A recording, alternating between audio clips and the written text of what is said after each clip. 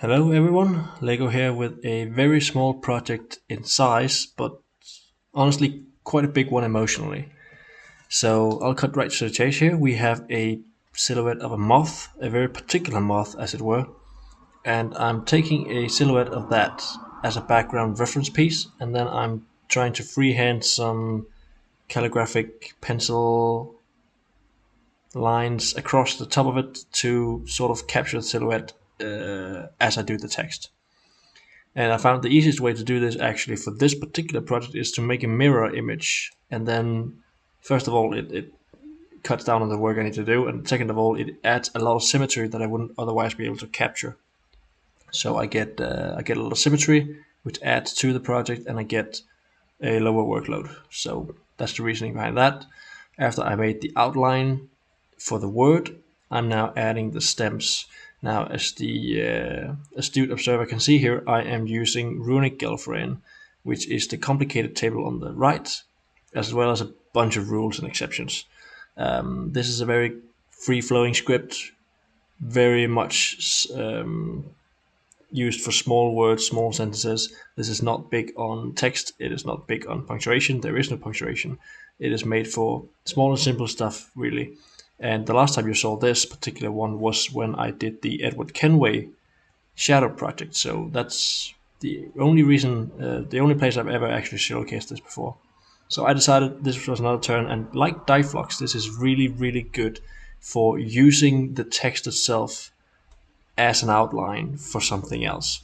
Kind of shares that with Darkifair a little bit as well. So what you're seeing here is text, but at the same time it's also filling out the contour and the actual shape of the moth as the background, so the text becomes the image and vice versa, which is really my goal for this.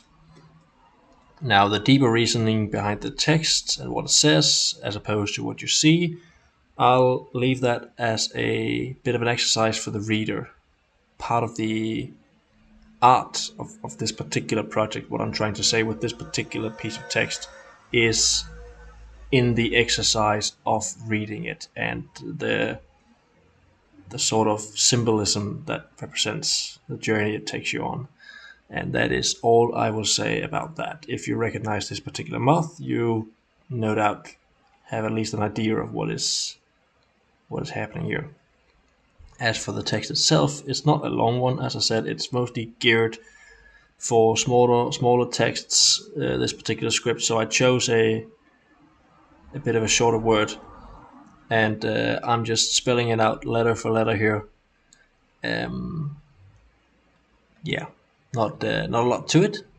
It's read clockwise because of the way the letters are laid out, and it is a bit unusual as a script because you can stack up to 3 letters at once in a sequence, which is rather unusual for most circular Gallifreyan scripts out there.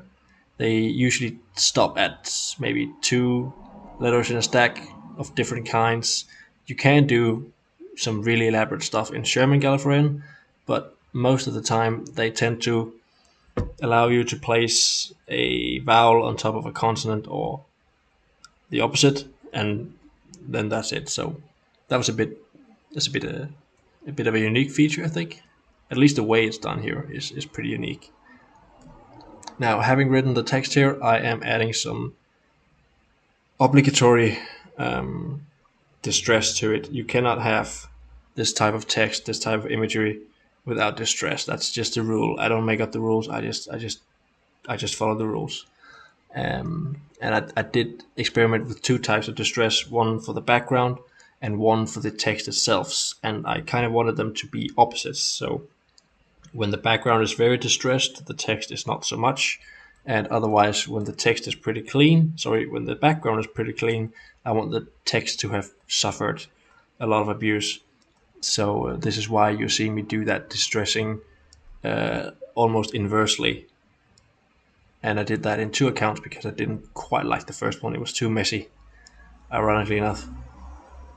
But here we are, having roughened it up a little bit, but still, of course, keeping it reasonable, keeping it readable, which is why I did a light gray instead of pure white, so I still have that contour and the edges to follow along the word from left to right.